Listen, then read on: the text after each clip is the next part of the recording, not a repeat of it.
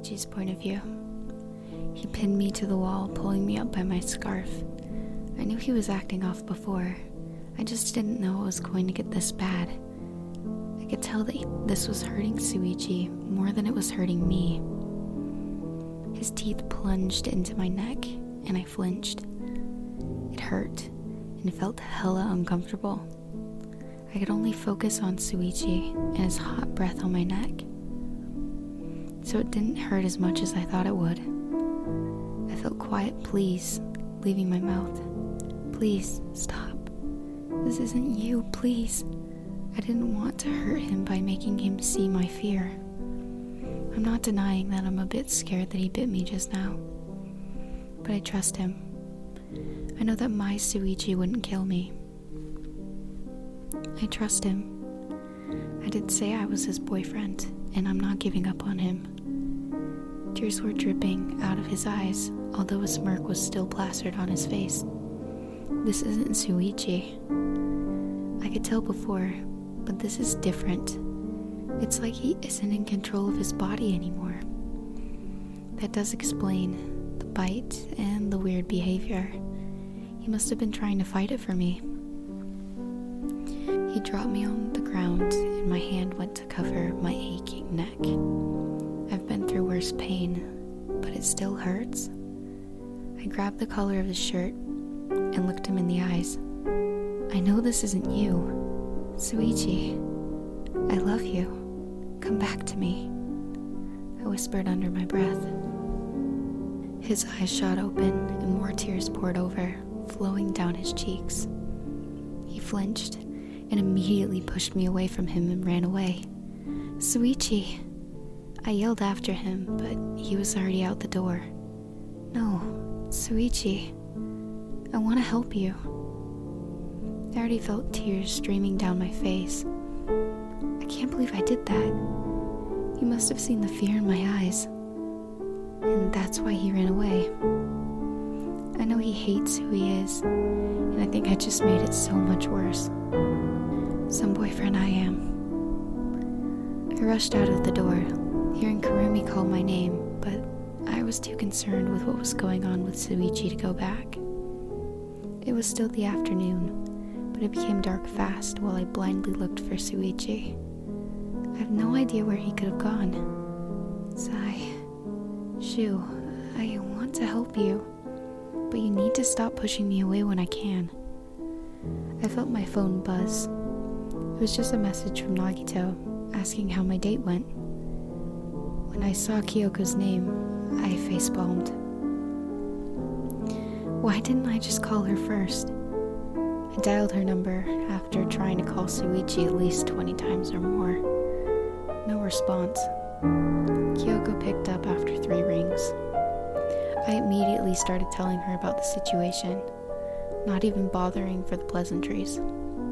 Kyoko, Shuichi just bit me, and he ran out of the door after acting strange the entire night. I could tell he was off as well.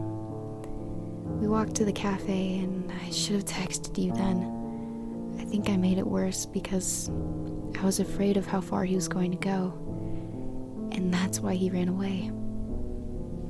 Do you know where he is? I felt myself start to panic. I was standing outside the cafe, walking down the street, so I didn't make any others feel like they needed to know everything that just happened, because I know fucking well that they would just want to know so they could gossip to others. Tell me where you are. Kathy needs to check the wound before we can do anything else. I can explain on the way, she said before hanging up. I sent her my location, and her and Kathy drove up moments later. Kokichi, I heard the news. Come and sit in the back for a moment. Kathy led me to the back of the car and sat me down in the seat. She hooked me up to some devices and checked and cleaned my wound. So what exactly? I started, only for Kyoko to cut me off. Kathy had warned me about this before. Shuichi is going to have some impulses around you, meaning that he will want to drink your blood. Sorry, I kind of messed up. The formula was supposed to suppress these urges, but Kathy warned me that it may not work after a period of time. She sighed and pulled out a choker from the compartment in the car. What did he say before he bit you, or did he say anything at all? She asked, putting a finger to her lips. He said he was scared that the formula wouldn't work, so he must have known, or had already been feeling the impulses. I looked down at my hands, feeling my eyes water again. It's alright. Shuichi has always been very closed off, so it would have been harder to find out, Kyoko said, giving me a small smile. I hated feeling like this. Like I wasn't doing enough for him, for Shuichi. I just feel bad. I should have known. He was acting off this morning. Don't worry about it. You're doing the best you can for him. I can tell you are both helping each other with all of this. Kathy gave me a hug before leading me back out of the car. Your wound is fine. Just go find Shuichi, she said before driving away, leaving me alone on the sidewalk. It has already gotten dark. I should go and find him. I tried calling him again, at least another 20 times before I gave up. He isn't picking up because of how I treated him earlier. God, I wish I knew where he was. I kept walking with heavy steps. I looked up and saw that I was in a park by the school. How the hell did I walk all the way here? I was standing in the middle of a park when he called. Shuichi, is that you? I yelled, clutching to my phone like a lifeline. He called me? Is he doing all right? Where has he been all this time? Yeah, sorry for making you worry. I cut him off with my sobs. Kokichi, are you all right? I'm sorry for making you scared. Where are you? He exclaimed. I'm all right. I'm just glad you're safe, Shu. And I'm just walking around looking for you, I said with a few hiccups here and there. I can come to you. Where are you? He asked. I felt my heart beat faster in my chest. God, this boy. I have to see him. I need to apologize for the way I acted. I'm just in the park near the school. What about you? I asked, but he didn't answer. I felt my anxiety spike before I saw him standing in the park close to me. How far away was he? Shushu? I questioned as I saw him standing in the park.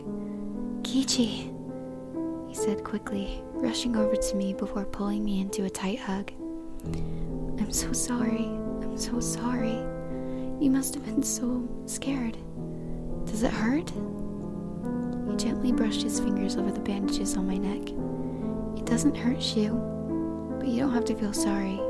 Kyoko told me what was going on, I said, looking up at him and wiping the tears off my cheeks. She told you about what this is? He asked, sounding unsure. Yeah, silly. When Kathy was checking my wound, she told me about your urges. I poked his cheek and smiled. He looked absolutely shocked. Did you really not know that's what this was? Shu, did you not know what happened earlier? I asked, holding his cheek in my hand, caressing his soft skin to calm him down. He seemed on edge. No, I really didn't mean to hurt you. I couldn't even control myself. He was crying. Shushu, it's not your fault. You're way too hard on yourself.